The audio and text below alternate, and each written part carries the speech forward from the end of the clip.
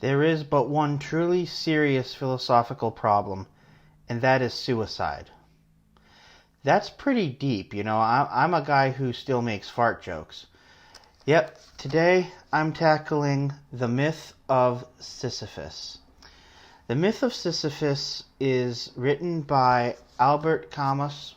For those of you who don't know, that is a French philosopher. Yeah, I'm going to throw up a picture there of his tombstone. As you can see, he didn't live a very long life. He was taken in his 40s by a car accident. But yet, you know, the light that lasts half as long burns twice as bright. And while he was alive, he wrote some great nonfiction works, some great philosophical works, also some great fiction works such as The Stranger, which is considered a modern classic, and also a legendary essayist. In the Myth of Sisyphus, he takes on the issue of suicide. Now, I'm not very well researched into the biography of Albert Camus himself, you know, except like the works I know of him and of course what I've read of his.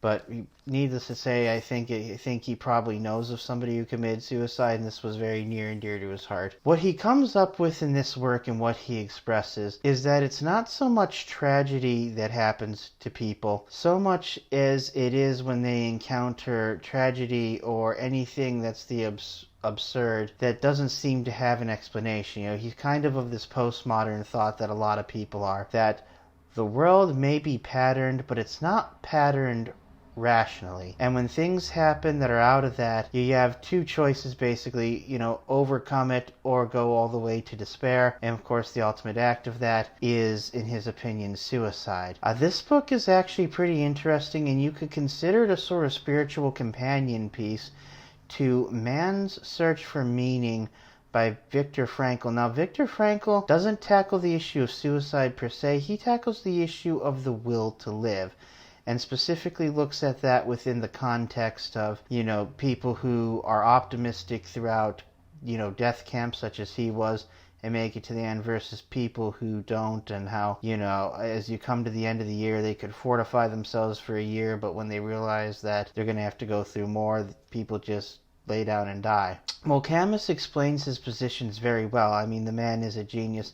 He doesn't offer much in the way of actually helping people who are contemplating suicide per se. He doesn't, you know, and he doesn't really talk about social outreach. He talks a little bit about spiritual things such as religion and all that. But if you're trying to look for a solution or antidote, he really doesn't have it. Now, what I found interesting is I had heard of the Myth of Sisyphus, and for the uninitiated, Sisyphus is this person cursed to forever roll a stone up a hill only to have it fall down and have to keep on doing that. And so a Sisyphean task is sort of a hopeless task. And I actually didn't know the story behind Sisyphus. He was a guy who conned the gods, you know.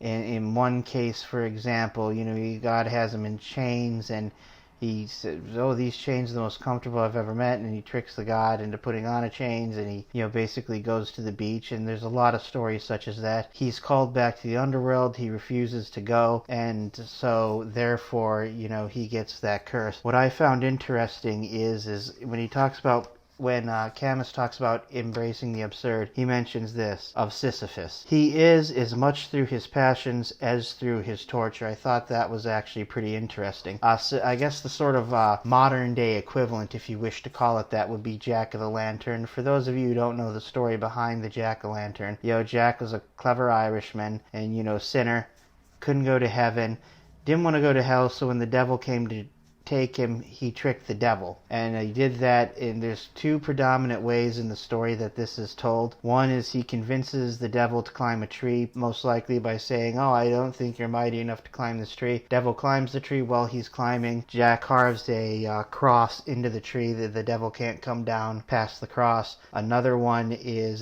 the devil claims to be very powerful, so, you know, Jack challenges him to a shape-shifting contest and says, transform yourself into a coin, like a nickel or a dime here in the United States, and he puts that dime into his wallet, and there's a cross in his wallet, and the devil can't really get out of that, of course, is the devil. Eventually he does get out of it, but Jack can't go. Jack's not allowed in hell because he tricked the devil, and so he's the one thing that supernatural entities don't want to run into, and that's why, on All Hallows Eve, you carry the jack-o'-lantern. That was the tradition, as it was started probably over 100 years ago, and actually started with turnips. I hope you enjoy this. Have a nice day.